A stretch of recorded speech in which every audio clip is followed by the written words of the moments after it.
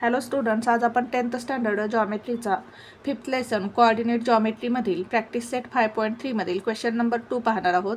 पहा आपल्याला क्वेश्चन काय दिला आहे. Find the slopes of the lines passing through the given points. आपल्याला 2 पॉईंट्स दिलेले असणार आहेत आणि त्या पॉईंट्समधून पास होणारी जी लाईन असणार आहे त्या लाईनचा आपल्याला स्लोप फाइंड करायचा आहे. आता आपल्याला ए आणि बी हे 2 पॉईंट्स दिलेले आहेत आणि त्यांचे कोऑर्डिनेट्स दिलेले आहेत आणि या ए आणि बी पॉईंटमधून पास होणारी जी लाईन असणार आहे त्या लाईनचा आपल्याला स्लोप फाइंड करायचा आहे. म्हणजेच पहा आपल्याला ए आणि बी हे 2 पॉईंट्स दिलेले आहेत आणि त्यांचे कोऑर्डिनेट्स दिलेले आहेत आणि या 2 पॉईंट्समधून पास होणारी ही जी लाईन आहे या लाईनचा आपल्याला स्लोप फाइंड करायचा आहे. आता आपण एचे कोऑर्डिनेट्स x1 y1 कन्सिडर करू. पॉईंट बीचे कोऑर्डिनेट्स x2 y2 कन्सिडर करू आणि m is equals to y2 minus y1 upon x2 minus x1 हा फॉर्म्युला यूज करून स्लोप फाइंड करू.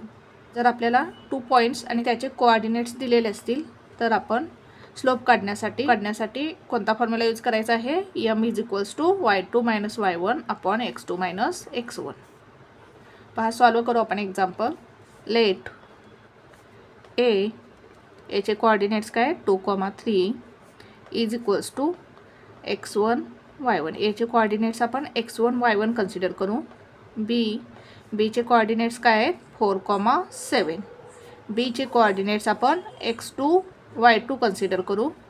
Here x1 is equals to, आता x1 ची व्हॅल्यू काय येईल पहा 2. y1 ची व्हॅल्यू काय येईल 3. y1 is equals to 3. x2 ची व्हॅल्यू काय येईल 4. x2 is equals to 4. y2 is equals to, y2 ची व्हॅल्यू काय येईल 7. आता आपल्याला ए आणि बी या 2 पॉईंट्समधून पास होणाऱ्या लाईनचा स्लोप फाइंड करायचा आहे. म्हणजेच लाईन ए बीचा स्लोप फाइंड करायचा आहे.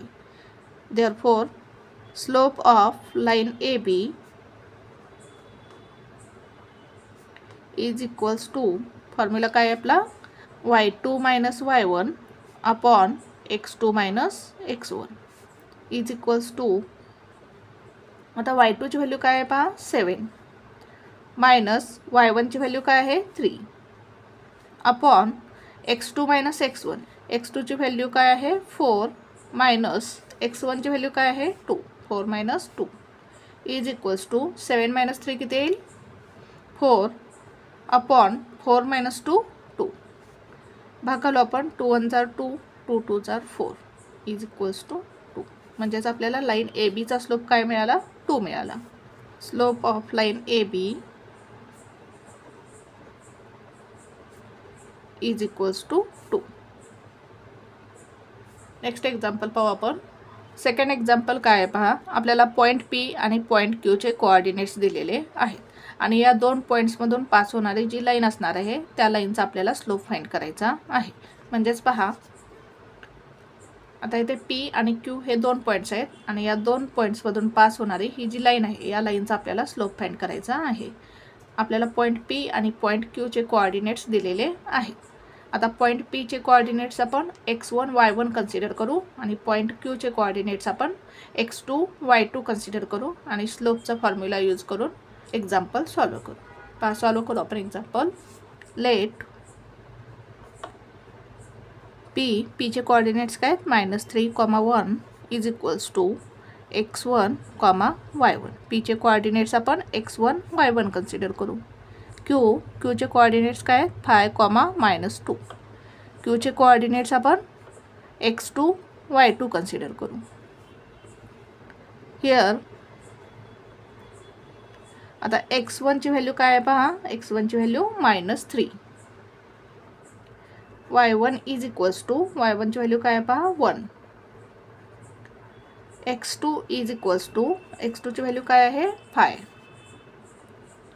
y2 is equals to, y2 ची व्हॅल्यू काय आहे पहा -2. Therefore slope of line P Q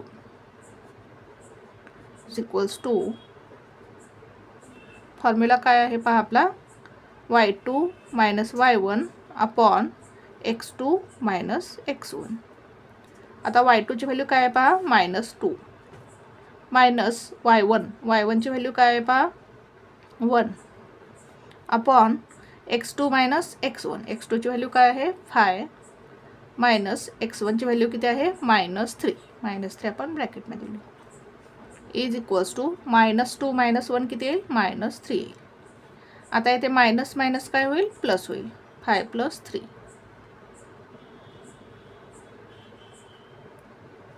-3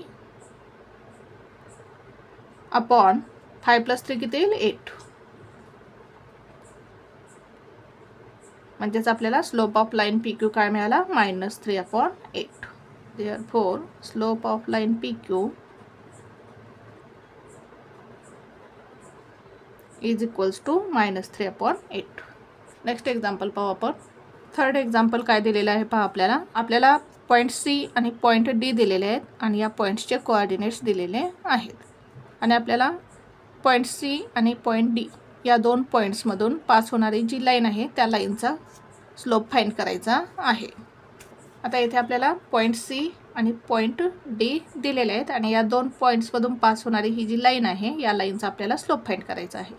point C चे कोऑर्डिनेट्स आपण x1 y1 कन्सिडर करू, पॉईंट D चे कोऑर्डिनेट्स आपण x2 y2 कन्सिडर करू आणि स्लोपचा फॉर्म्युला यूज करून एक्झाम्पल सॉल्व करू. लेट C चे कोऑर्डिनेट्स काय आहेत 5, -2 इज इक्वल्स टू C चे कोऑर्डिनेट्स आपण x1 y1 कन्सिडर करू. D चे कोऑर्डिनेट्स काय आहेत पहा 7, 3. आता D चे कोऑर्डिनेट्स आपण x2 y2 कन्सिडर करू. Here x1 is equals to, आता x1 ची व्हॅल्यू काय येईल पहा 5, y1 ची व्हॅल्यू काय येईल पहा -2, x2 ची व्हॅल्यू काय येईल पहा x2 is equals to 7 and y2 ची व्हॅल्यू काय येईल 3. Therefore slope of line CD is equals to, formula काय आहे आपला y2 - y1 upon x2 - x1 is equals to, y2 ची व्हॅल्यू काय आहे पहा 3 मायनस y1 ची व्हॅल्यू काय आहे -2, -2 आपण ब्रॅकेटमध्ये लिहू, अपॉन x2 - x1, x2 किती आहे 7 मायनस x1 किती आहे 5 इज इक्वल्स टू, आता इथे मायनस मायनस काय होईल प्लस होईल, 3 + 2 अपॉन 7 - 5 इज इक्वल्स टू 3 + 2 काय येईल 5 अपॉन 7 - 5 काय येईल 2. म्हणजेच आपल्याला स्लोप ऑफ लाईन CD काय मिळाला 5/2. आन्सर लिहू आपण. Therefore slope of line CD is equals to 5/2. अशा प्रकारे आपल्याला एक्झाम्पल्स सॉल्व करायची होती. पहा पुन्हा एकदा आपण एक्झाम्पल कशी सॉल्व केली.